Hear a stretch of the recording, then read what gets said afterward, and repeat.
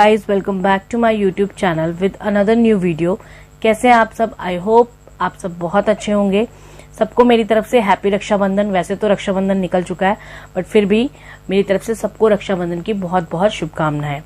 पिछली मेरी जो वीडियो थी उसमें मैंने संविधान की अनुसूचियां यानी कि कॉन्स्टिट्यूशन के जो स्केड्यूल्स होते हैं उनके 4 पार्ट्स को डिस्कस किया था, और आगे के जो पार्ट्स हैं उनको मैंने इस वीडियो में डिस्कस किया है। तो चलिए शुरुआत करते हैं आज की इस वीडियो से।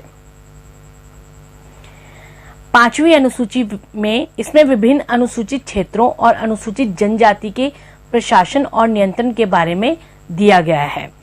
और 6वीं अनुसूची में असम, मेघालय, त्रिपुरा, मिजोरम राज्य के जनजाति क्षेत्रों के प्रशासन के बारे में प्रावधान है।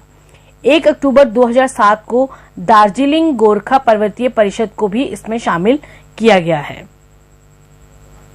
नेक्स्ट है 7वीं अनुसूची। इसमें केंद्र एवं राज्यों के बीच शक्तियों के बंटवारे के बारे में बताया गया है, यानी कि केंद्र सरकार कौन कौन से कानून बना सकती है, राज्य सरकार कौन से कानून बना सकती है, और जो दोनों समवर्ती सूची वो होती है जिसमें दोनों ही कानून बना सकते हैं, यानी कि राज्य सरकार भी और केंद्र सरकार भी।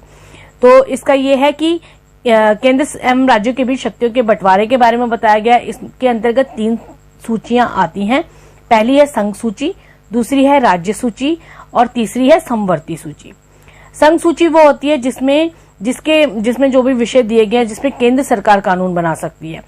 संविधान के लागू होने के समय इसमें 97 विषय थे और वर्तमान समय में इसमें 98 विषय, लेकिन अब इनकी संख्या जो है वो बढ़कर 99 हो गई है। दूसरी है राज्य सूची। इस सूची में दिए गए विषय पर राज्य सरकार कानून बना सकती है। राष्ट्रीय हित से अगर संबंधित हो तो इस पर केंद्र सरकार भी कानून बना सकती है। संविधान के लागू होने के समय इसमें 66 विषय थे और वर्तमान समय में इसमें 62 विषय हैं, यानी कि 4 विषय कम कर दिए गए हैं। उसके बाद आती है समवर्ती सूची। समवर्ती सूची वो होती है जिसमें केंद्र और राज्य सरकार दोनों ही कानून बना सकते हैं।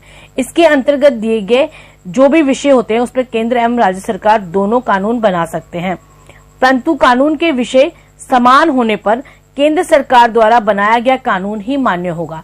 यानी कि अगर कोई जो भी टॉपिक है, जो भी उनका सब्जेक्ट है, उस पर राज्य सरकार और केंद्र सरकार दोनों ही कानून बना सकते हैं, लेकिन अगर उनका सब्जेक्ट सेम हो तो उस पर सिर्फ केंद्र सरकार द्वारा बनाया गया कानून ही मान्य होगा। राज्य सरकार द्वारा बनाया गया कानून केंद्र सरकार के कानून बनाने के साथ ही समाप्त हो जाता है। संविधान के लागू होने के समय समवर्ती सूची में 47 विषय थे। वर्तमान समय में इसमें 52 विषय हैं, यानी कि इसमें जो है 5 विषय बढ़ गए हैं। अगली है 8वीं अनुसूची। इसमें भारत की 22 भाषाओं का उल्लेख किया गया है। मूल रूप से जो हमारी 8वीं अनुसूची है उसमें 14 भाषाएं थी। 1967 ईस्वी में सिंधी को और 1942 में कोंकणी, मणिपुर तथा नेपाली को 8वीं अनुसूची में शामिल किया गया था। 2004 में मैथिली, संथाली, डोगरी एवं बोडो को 8वीं अनुसूची में शामिल किया गया था। यानी कि इस समय एट प्रेजेंट इसमें 8वीं अनुसूची में 22 भाषाओं का उल्लेख किया गया है। वो भाषाएं कौन सी हैं वो हम देख लेते हैं।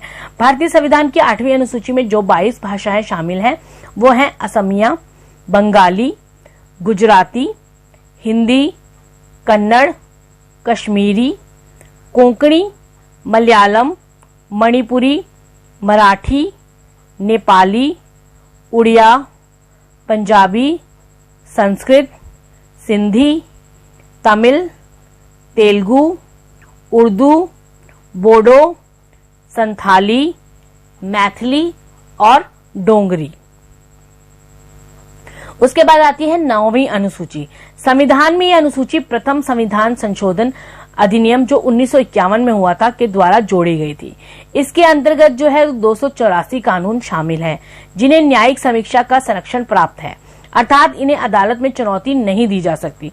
9वीं अनुसूची जो है उसमें जो विभिन्न कानून को संविधान के अनुच्छेद 31B के तहत संरक्षण प्राप्त होता है। इस अनुसूची के तहत संपत्ति के अधिग्रहण का उल्लेख किया गया है, लेकिन उच्चतम न्यायालय ने 2007 में दिए गए एक निर्णय द्वारा इस अनुसूची में सम्मिलित कानूनों की समीक्षा की जा सकती है, ऐसा कहा गया है। उसके बाद आती है 10वीं अनुसूची। संविधान की 10वीं अनुसूची को 52वें संविधान संशोधन द्वारा 1985 में जोड़ा गया था, जिसमें दल बदल से संबंधित प्रावधानों का उल्लेख किया गया है।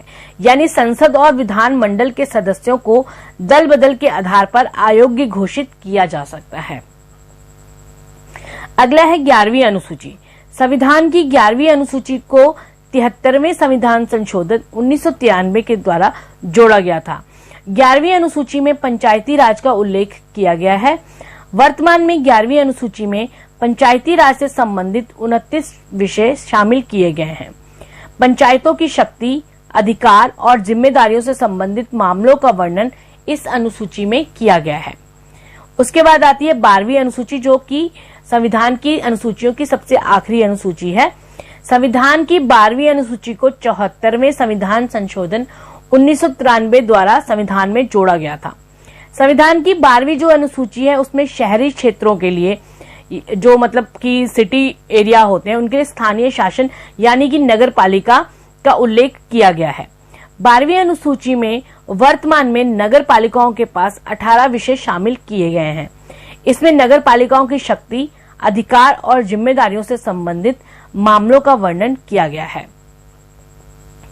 अब हम एक नजर इन सारी 12 सूचियों में आने वाले विषयों को एक बार देख लेते हैं। पहली अनुसूची में है देश और 28 राज्यों एवं 8 केंद्र शासित प्रदेशों का उल्लेख किया गया है। दूसरी अनुसूची में वेतन, भत्ते और पेंशन के बारे में है। तीसरी अनुसूची जो है वो शपथ संबंधित है। चौथी अनुसूची राज्यसभा की सीटों का उल्लेख किया गया है।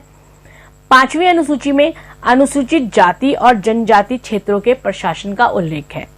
6ठी अनुसूची में असम, त्रिपुरा, मेघालय, मिजोरम का जनजातीय प्रशासन है।